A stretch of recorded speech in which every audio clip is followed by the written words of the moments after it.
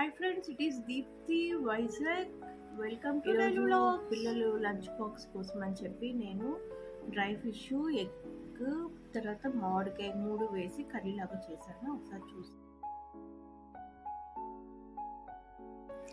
Morning ఇలాగా ప్రశాంతమైన వాతావరణంలో అలా కూర్చొని మన కోసం మనం టైం స్పెండ్ చేస్తే మంచిగా ఉంటుంది.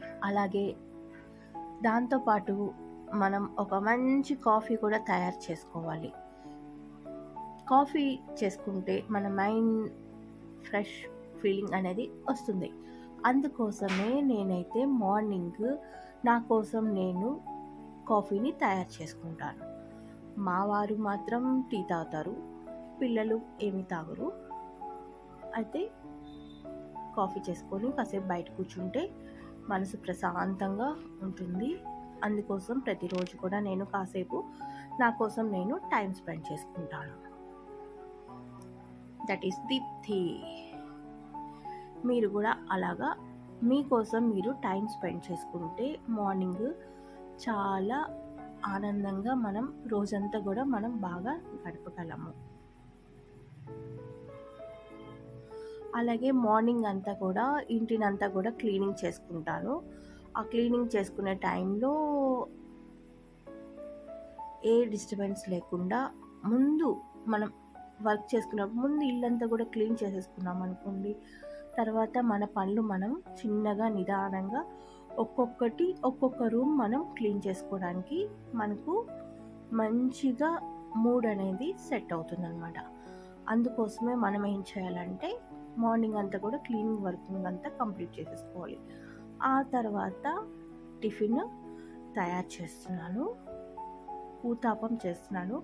వారానికి ఒకటి సారన్నా నేను ఊతాపం అనేది చేస్తూ ఉంటాను. ఎందుకంటే మనం మీనింగ్ ప్లాన్ చేసుకున్నాం అనుకోండి, టిఫిన్కి ఈజీగా తొందరగా అయిపోయేవన్నీ కూడా మినీగా మనం చేసుకుంటే మనకి లంచ్ బాక్స్కి వాటికి అన్నిటి కూడా ఈజీగా ఉంటుంది. తర్వాత అంతేకాకుండా మనము మంచి హెల్దీ ఫుడ్ని పిల్లలకి పెట్టే వాళ్ళంగా ఉంటాం.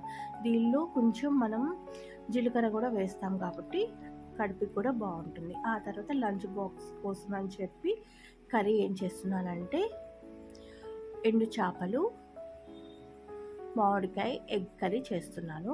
దీనిలో ఉల్లిపాయలు, పచ్చిమిరపకాయలు, టమాటాలు అన్నీ కూడా కట్ చేసేసి ఆయిల్ వేసుకొని తర్వాత అంతా కూడా ఇలాగా వేయించుకున్నాక ఉప్పు, కారం కూడా వేసుకొని వేయించుకోవాలి. ఆ తర్వాత మామిడికాయ ముక్కలు వేసుకోవాలి. తర్వాత ఎండు చేప ముక్కలు కూడా వేసుకోవాలి. ఎండు చేపలు కూడా మనం తీసుకున్నప్పుడు పల్చడి తీసుకోకుండా కొంచెం కండ ఉండేటట్టుగా చూసుకొని మనం తీసుకుంటే పులుసు కూరలకి మనకు బాగుంటుందన్నమాట. ఎందుకంటే మనం తింటూ ఉన్నప్పుడు పీసెస్ తగులుతూ ఉంటాయి. అలాగే చింతపండు తీసుకొని దానిలో ఉన్న కొంచెం నానబెట్టి వడగట్టుకొని మనం వేసుకోవాలి. లేదంటే దానిలో ఉన్న చెక్క ముక్కలు, తీగలు అలాంటివన్నీ కూడా వస్తూ ఉంటాయి కాబట్టి అవి రాకుండా మనం ముందుగా వడగట్టుకొని చింతపండు పులుసు వేయాలి. చింతపండు పులుసు వేసిన తర్వాత నురుగులాగా వస్తూ ఉంటుంది. ఆ నురుగు వచ్చిన తర్వాత అప్పుడు మనం ఎగ్స్ అనేది వేసుకోవాలి. అంటే పులుసు అంతా కూడా మెత్తగా చిక్కగా అవుతూ ఉన్న టైం అన్నమాట అది. ఎగ్స్ కూడా ఈసారి నేను ఏం చేశానంటే ఎగ్స్ వేయకుండా హాఫ్ కట్ చేసిన ఎగ్స్ అన్నీ కూడా వేస్తూ ఉన్నాను అనమాట. ఎప్పుడు ఒకే స్టైల్ కాకుండా ఎగ్స్ కర్రీలో రకరకాలుగా మనం ఎగ్స్ని వేస్తూ చేస్తూ ఉంటే పిల్లలు కూడా ఇష్టంగా తింటూ ఉంటారు, ఒకే కర్రీ కాకుండా. దీనిలో తాలింపు పెట్టినప్పుడు ఆవాలు, జీలకర్ర వేస్తూ మెంతులు కూడా వేయాలండి. మెంతులు వేస్తేనే పులుసు కూరలకి చాలా టేస్ట్ అనేది వస్తుంది. చేపల కూర కానీ చామదుంపల పులుసుకు కూడాను పులుసు అన్నప్పుడల్లా మెంతులు పొడి ఎక్కువ వేసుకుంటూ ఉండాలి. కరివేపాకు వేసుకొని కూర అంతా కూడా కలుపుకొని ఆయిల్ అంతా కూడా కొంచెం బయటికి వచ్చే వరకు మనము కర్రీని చేయాలి. వచ్చిన తర్వాత సిమ్లో పెట్టేసుకోవాలి. ఆయిల్ వచ్చిన తర్వాత సిమ్లో పెట్టుకుంటే ఇంకొంచెం వస్తూ ఉంటే చక్కగా తయారైంది మన కర్రీ. ఆ తర్వాత కూరగాయలన్నీ కూడా వారానికి సరిపోయేటట్టుగా తెచ్చాము కాబట్టి అవన్నీ కూడా ప్లాన్ చేసుకుంటున్నాం. అలాగే గులాబ్ జామ్ బాబు కోసం ఈవినింగ్ స్నాక్స్గా చేస్తున్నాను. చూసి ఎంజాయ్ చేయండి. ఓకేనా ఫ్రెండ్స్? నచ్చితే ఒక లైక్ కొట్టండి, నచ్చకపోయినా కూడా ఒక లైక్ కొట్టండి. తర్వాత సబ్స్క్రైబ్ చేసుకోవడం అస్సలు మర్చిపోవద్దు. నేను పెట్టే ప్రతి వీడియో కూడా మీకు వస్తూ ఉంటుంది నోటిఫికేషన్లో, చూసి ఎంజాయ్ చేయండి. ఇందాక చెప్పినట్టుగా గులాబ్ జామ్ మనం చేసేటప్పుడు ఎలా చేయాలంటే, గులాబ్ జామ్ అంతా కూడా మనం మామూలుగానే చేసేసుకొని వాటర్ మాత్రం షుగర్ వాటర్ని బాయిల్ చేస్తున్నప్పుడు పల్చగా ఉన్నప్పుడు షుగర్ వాటర్ పెట్టుకొని, ఆ తర్వాత పక్కన ఇంకొక గిన్నెలో కూడా మనం షుగర్ వాటర్ చిక్కగా పెట్టుకోవాలి. పల్చగా పెట్టుకున్న షుగర్ వాటర్లో ముందుగా మనం వేయించుకున్నవన్నీ కూడా గులాబ్ జాములన్నీ వేసేయాలి.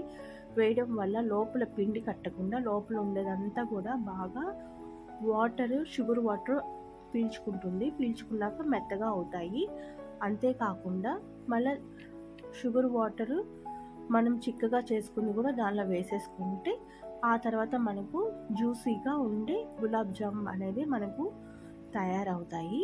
కాబట్టి మనం ముందుగా కూడా ఇది చిన్న టిప్గా చూసుకొని మనం చేసుకుంటే గులాబ్ జాములు అవన్నీ కూడా లోపల పిండిగా ఉండకుండా ఉంటుందన్నమాట. డిప్ చేసుకుంటూ ఉంటే చక్కటి మన గులాబ్ జాములు మనకు రెడీ అయిపోతాయి.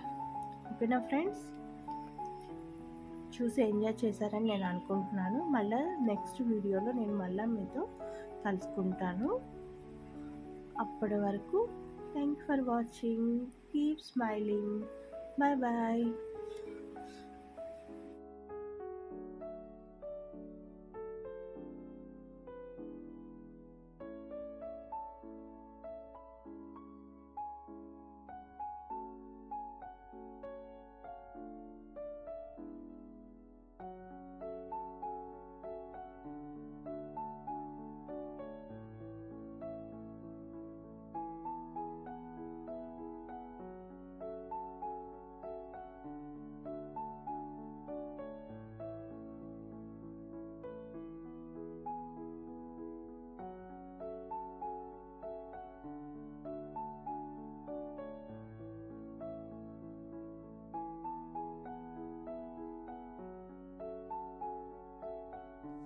Keep smiling.